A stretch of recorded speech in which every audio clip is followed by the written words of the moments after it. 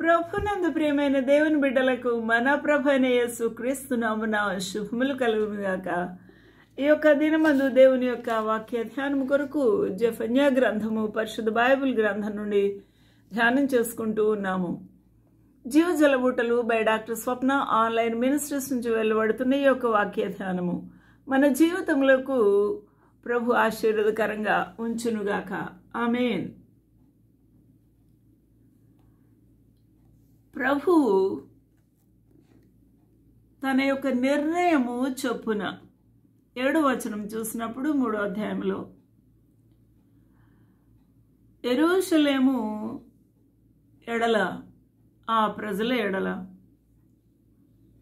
దాని విషయమే నా నిర్ణయం అంతటి చొప్పున మీ నివాస స్థలము సర్వనాశనము కాకుండానట్లు నాయందు భయభక్తులు కలిగి శిక్షకు లోబడుదురని నేను అనుకుంటుని.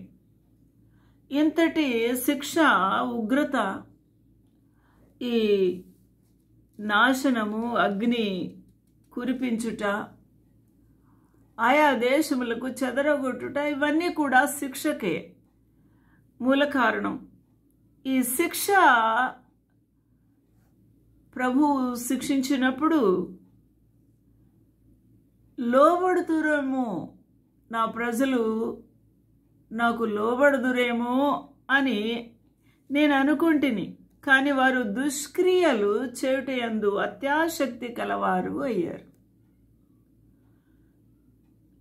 మన యొక్క తల్లిదండ్రులు కూడా మనల్ని శిక్షిస్తూ ఉంటారు.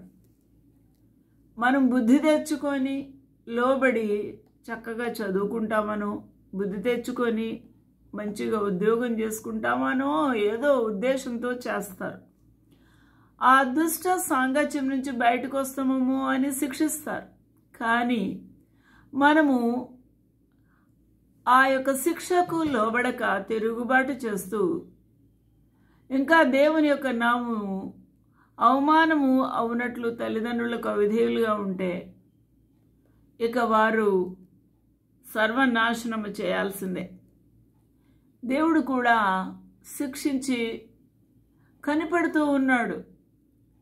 తన బిడ్డలు ఇశ్రాయేల్ వారు తన శిక్షకు లోబడతారేమో అని. కానీ అంతకంతకు వారి యొక్క దుష్క్రియల యందు, వాటిని జరిగించుట యందు అత్యాసక్తి కలిగి ఉన్నారు. కాబట్టి యెహోవా సెలవిచ్చినదేమనగా, నా కొరకు కనిపెట్టుడి, నేను లేచి ఎర పట్టుకొను దినం కొరకు కనిపెట్టి ఉండుడి. నేను దీర్ఘశాంతము కలిగి వేచి ఉన్నాను. ఆ యొక్క దీర్ఘశాంతమును మీరు కనిపెట్టండి. నా ఉగ్రతను, నా కోపాగ్నిని అంతటిని వారి మీద కుమ్మరించుటకై అన్యజనులను నేను లేపుదును, పోగు చేస్తాను. గుంపులు గుంపులుగా రాజ్యాలన్నిటినీ కూడా మీ మీద పడవేస్తాను. గుంపు గుంపులుగా రాజ్యములను సమకూర్చుటకును నేను నిశ్చయించుకుంటుని.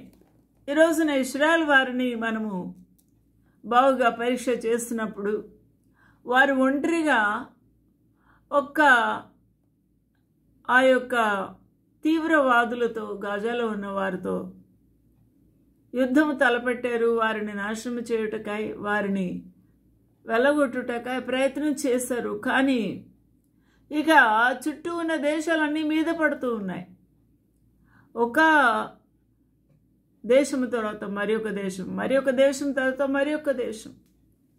ఇవి ఎలా జరుగుతుంది అని మనం ఆలోచన చేస్తే, గుంపులు గుంపులుగా రాజ్యములను సమకూర్చి నీ మీదికి పోగు చేస్తాను, నీ మీదికి పంపుతాను, ఆ విధంగా నేను నిశ్చయించుకున్నాను అని ప్రభు సెలవిస్తున్నాడు. లిటరల్గా మనము ఎగ్జాక్ట్గా మల్టీమీడియాలో చూస్తున్నాము. ఇలాగే జరుగుతూ ఉంది. ఇది ప్రవచన నెరవేర్పులే కాలంలో ఉన్నాం. ఇశ్రాయేల్ వారి పక్షంగా దేవుని యొక్క ప్రవచనాలు ఇంకా నెరవేరుతూనే ఉన్నాయి. దాదాపు 2000 సంవత్సరాల క్రితమే ఈ యొక్క ప్రవచనము చెప్పబడింది. జెఫన్యా ద్వారా, ఇర్మియా ద్వారా, నెహెమ్యా ద్వారా, యెషయా ద్వారా. కీర్తనాకారుడు అయిన దావీదు ద్వారా అవన్నీ కూడా నెరవేరుతూ ఉన్నాయి. ఇక్కడ నా రోషాగ్ని చేత భూమంతయు కూడా కాలిపోను. ఒకరు బాంబులు వేస్తే మరొకరు బాంబులు వేస్తున్నారు, మరొకరు 1000 రాకెట్లు వేస్తుంటే మరొకరు 2000 రాకెట్లు. ఆ విధంగా వారికున్న అణుశక్తిని, వారికున్న మందుగుండె సామాగ్రి, సైనిక బలాలతో పోరాడుతూ ఉన్నారు. దేని కొరకు? సస్యశ్యామలమైన ప్రకృతిని, మానవ వనరులను నాశనము చేసుకుంటూ వారు సర్వనాశనమైపోతూ ఉన్నారు. ఇది మానవుడు గుర్తించలేక ఒకరి మీద ఒకరు కాల్చుకుంటూ అగ్నికి ఆహుతి అయిపోతూ ఉన్నారు. ఇది ప్రవచన నెరవేర్పు. అనగా దేవుడు ఆ యొక్క శిక్షకు వారిని అప్పగించేశాడు. ఈ విధంగా కాలిపోతూ ఉన్నారు. ఇక వారి యొక్క జీవితంలో దేవుని యొక్క ఉగ్రత ఖచ్చితంగా మా మీద పడింది అని ప్రజలు గ్రహించిన తర్వాత ఇప్పుడు ప్రజలు ఏం చేస్తున్నారు ఆలోచన చేసినప్పుడు 9వ వచనములో, అప్పుడు జనులందరూ యెహోవా నామమును బట్టి, జనులందరూ అనగా సర్వలోకాలు, అనగా సర్వ రాజ్యాల ప్రజలు, సర్వ దేశాల ప్రజలు, సర్వ ఐలాండ్ ప్రజలు అందరూ కూడా యెహోవా నామమును బట్టి, అనగా యెహోవా అనగా రక్షకుడు, మన సృష్టికర్త, దేవాది దేవుడు, మహాప్రభావము కలిగిన దేవుడు, ఆయన నామములోనే రక్షణ, విడుదల, విమోచన ఉంది. యెహోవా నామమును బట్టి ఏక మనస్కులై. ఎవరెవరండి ఏక మనస్కులు? ఒక్క కుటుంబంలోనే ఒక్క మనసు ఉండదు, ఒక భావం ఉండదు, ఒక నిర్ణయానికి ఏకీభవించరు, లోబడరు. అలాంటిది జనులందరూ, లోకములో ఉన్న ఆయా రాజ్యంలో ఉన్న జనులందరూ కూడా యెహోవా నామమును బట్టి ఏక మనస్కులై. ఎంత బాగుందండి, ఏక మనస్కులు. ఇక అప్పుడు తెలుసుకుంటారు, నువ్వే మా దేవుడువు, నీవే మా తండ్రివి, నీవే మా రక్షకుడువు అని.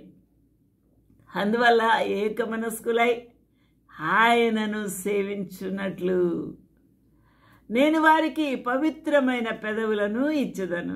ఏ విధంగా జరిగింది ఈ పవిత్రమైన పెదవులు?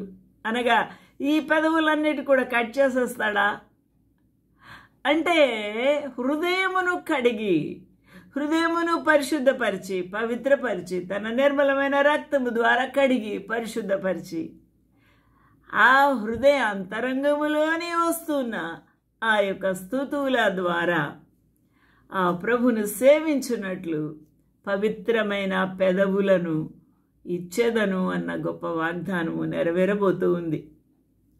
ఇది ఎలాగా జరుగుతుంది అనగా, మిలీనియం అనగా 1000 ఏండ్ల పరిపాలనలో సర్వలోకానికి కూడా రాజై ఆయన ఎంతో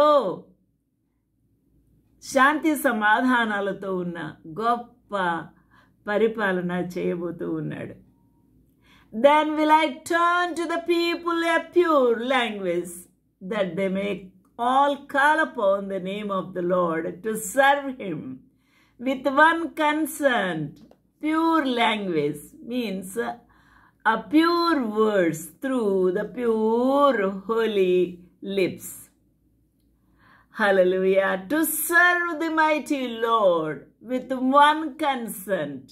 All the heathen people, all the people together, they are going to serve the Lord, praise the Lord, worship the Lord with the beauty of holiness, whereby the Lord is going to receive the gladness, and he will rejoice and he will be glad. Hallelujah. Wonderful day is going to be takes place. కీర్తనాకారుడు ప్రవచనం ఎత్తి చెప్తున్నాడు, దీనులు భోజనం చేసి తృప్తి పొందుతారు. ఆ రోజున దీనులకు కడుపు నిండా భోజనం అండి. హల్లెలూయా, తృప్తిగా తింటారట. ఆయన స్తుతించెదరు. యెహోవాను వెదుకువారు మౌనంగా ఉండరు, కానీ స్తుతిస్తారట. హల్లెలూయా. మీ హృదయములు తెప్పరిల్లి నిత్యము బ్రతుకును. హృదయములకు ఏమి లేదు, ఇంతకాలము రెస్ట్ లేదు. నిత్యము పోరాటమే, నిత్యము యుద్ధ భూమే, నిత్యము శత్రువు బాధలే, పరుగులే, చెదిరిపోవుటే, వేదనే, దుఃఖమే, ఆయాసమే. చంటి బిడ్డలతో గర్భవతులు పాలిచుతలులు అందరూ పరుగులు తీసిన పరిస్థితులు అవన్నీ కూడా తీరిపోయి మీ హృదయములు తెప్పరిల్లి, హల్లెలూయా, the Lord is going to deliver them. Hallelujah. Deliver them from the oppression, from the depression, from the pressure. Hallelujah. From the weariness. ఎంత వణుకుతో, ఫియర్ఫుల్ థ్రెటనింగ్స్తో వాళ్ళు బాధపడ్డ ఆ దినాలన్నీ కూడా తీరిపోతున్నాయి. మీ హృదయములు రిలాక్స్ అయిపోతున్నాయి. ఇక మీరు తెప్పరిల్లిపోతారు, అమ్మయ్యా అని నిత్యము బ్రతుకుదురు. ఎంత మంచి దినాలు ప్రభు అవాయిడ్ చేయబోతున్నారో చెప్పలేము. The meek shall eat and be satisfied, they shall praise the Lord that seek him, your heart shall live for ever. ఆ రోజున ఆ దినాల్లో ఎలా ఉంటుందట, మనము వర్ణించడానికి మన మాటలు సరిపోవున ప్రియులారా. బూదిగంతముల నివాసులందరూ ఎవరండి? తెల్లవారు, నల్లవారు, బ్రౌన్ వారు అండ్ రెడ్ ఇండియన్స్ అందరూ, Europeans, western countries, eastern countries, అన్ని పీపుల్ అందరూ బూదిగంతముల నివాసులు అందరూ జ్ఞాపకము చేసుకొని యెహోవా తట్టు తిరుగుతారు. బుద్ధి వచ్చింది, మాకు బుద్ధి వచ్చింది, నువ్వే మా దేవుడువు, నువ్వే మా రక్షకుడువు, నీకు మా స్తుతులు ప్రభు అని నమస్కరిస్తారట. నీ సన్నిధిని అన్యజనుల వంశస్థులందరూ నీ సన్నిధిని నమస్కారము చేసేదారు, సాగిలపడతారు. They will bow down, they will bend their neck. Hallelujah. All the ends of the world shall remember and turn unto the Lord, and all the kindred of the nations shall worship before thee. They bow down, they kneel down. Hallelujah. ఎంత గొప్ప రోజులు అవి. ఇక rejection ఉండదు, ఇక revolt ఉండదు, ఎవరు కూడా తిరుగుబాటు చేయరు, అసహించుకోరు, ఎవరు కూడా తులనడరు, కాలు దువ్వరు, ఎవరు కూడా మాటల చేత ప్రభువుని ఆయాస పెట్టరు. కానీ బూదిగంత నివాసులందరూ జ్ఞాపకం చేసుకుంటారు మన ప్రభువు మన సృష్టికర్త అని. యెహోవా తట్టు వారు టర్న్ అవుతారు, తిరుగుతారు. అన్యజనులు వంశస్థులందరూ నీ సన్నిధికి వచ్చి నమస్కారము చేసేదారు. All the ends of the world shall remember and turn unto the Lord, and all the kindred of the nations shall worship before thee. ఎందుకు ఇలా జరగబోతుంది? ఏంటి ప్రభావమునగా? నీవు సృజించిన అన్యజనులందరూ వచ్చి నీ సన్నిధిని నమస్కారము చేయుదురు. ఎవరండి వీరు? ఆయన చేతి పని అయి ఉన్నారు. ఆ ప్రభు వారిని సృష్టించి ఉన్నాడు. కాబట్టి వారందరూ వచ్చి నమస్కారము చేయుదురు, నీ నామమును ఘనపరుస్తారు. They will magnify and glorify the mighty name of the Lord. Hallelujah. ఎంత అద్భుతంగా ఉందండి. దేవునికి మహిమ కలుగునుగాక. For the word great and doest wondrous things, the word God alone. Hallelujah. నీవు ఎంత గొప్ప దేవుడు అని శ్లాఘిస్తున్నారు, మహిమపరుస్తున్నారు. ఎందుకు అనగా కీర్తనాకారుడు మరొక ప్రవచనం చెప్పాడు. కీర్తనాకారుడు 22:28 రాజ్యము యెహోవాదే కాబట్టి ఆయన సృష్టించిన రాజ్యము ఆయన పరిపాలనలోకి తేబడుతూ ఉంది. అన్యజనులలో ఏలువాడు ఆయన అయి ఉంటాడు. అప్పుడు ఆయనే ఏలువాడుగా ఉండబోతూ ఉన్నాడు. ఇక సర్వజనులు ఇక ఎవరిని కూడా వారు తలవంచరు, పూజించరు, నమస్కారం చేయరు. కానీ ప్రభువును ఎరిగి తెలుసుకొని ఆ ప్రభువునే వారు పూజిస్తారు, నమస్కారం చేస్తారు. For the kingdom is the Lord's. ఎందుకనగా ఆ యొక్క రాజ్యము ఆయన వశములోకి వస్తుంది. ఏలైనగా సముద్రము జలములతో నిండి ఉన్నదట. అవునండి, మట్టితో ఇసుకతో నిండి ఉంటుందా సముద్రము? హబక్కూకు 2:14 ప్రవచిస్తున్నాడు, సముద్రము జలములతో నిండి ఉండును.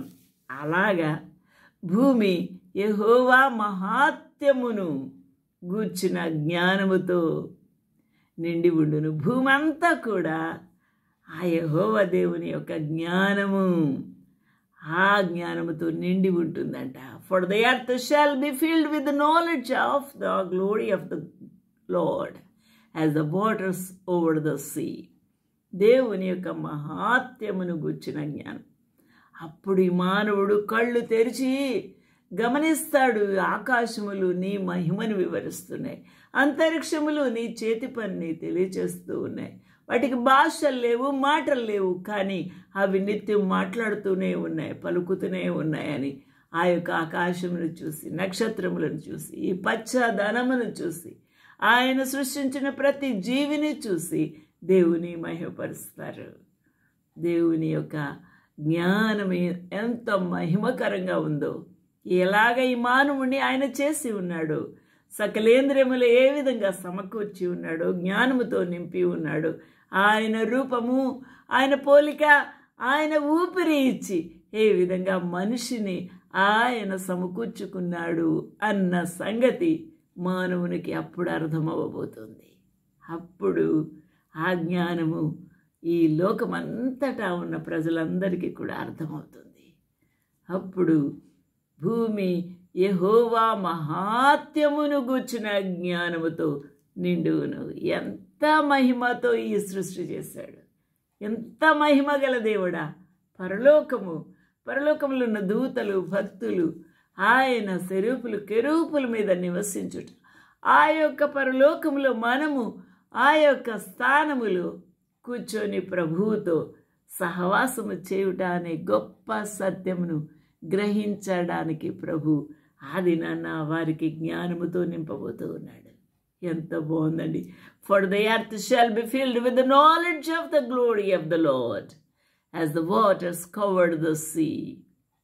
హల్లెలూయా! ఇంత మహిమలోకి నువ్వు ప్రవేశించబోతూ ఉన్నావు. ఇంత గొప్ప మరి ఆ పరిపాలన ప్రభు ఇవ్వబోతూ ఉన్నాడు. ఆ ప్రజలందరితో ఏకమైపోయి, ఐక్యమై ఆ ప్రభుని మహిమపరచబోతూ ఉన్నాము. మనకు సంతోషము, నెమ్మది ఉంటుంది. అంత గొప్ప భాగ్యం ప్రభు నీకు ఇవ్వాలని ఆశ ఉన్నదా? అలా అయితే ప్రభు వద్దకు రా. అలా అయితే ప్రభుని అంగీకరించు. అలా అయితే ప్రభు యొక్క సన్నిధిలో నా హృదయ నేత్రాలు తెరవండి, నిన్ను అర్థం చేసుకోవడానికి. నా ప్రభువా అని ప్రభు సన్నిధిలో నువ్వు ప్రార్థన చెయ్యి. దేవుడు ఎంతగా నిన్ను ప్రేమించాడో అర్థమవుతుంది. ప్రభు నీకు నాకు సహాయం చేయను గాక. ఆమేన్.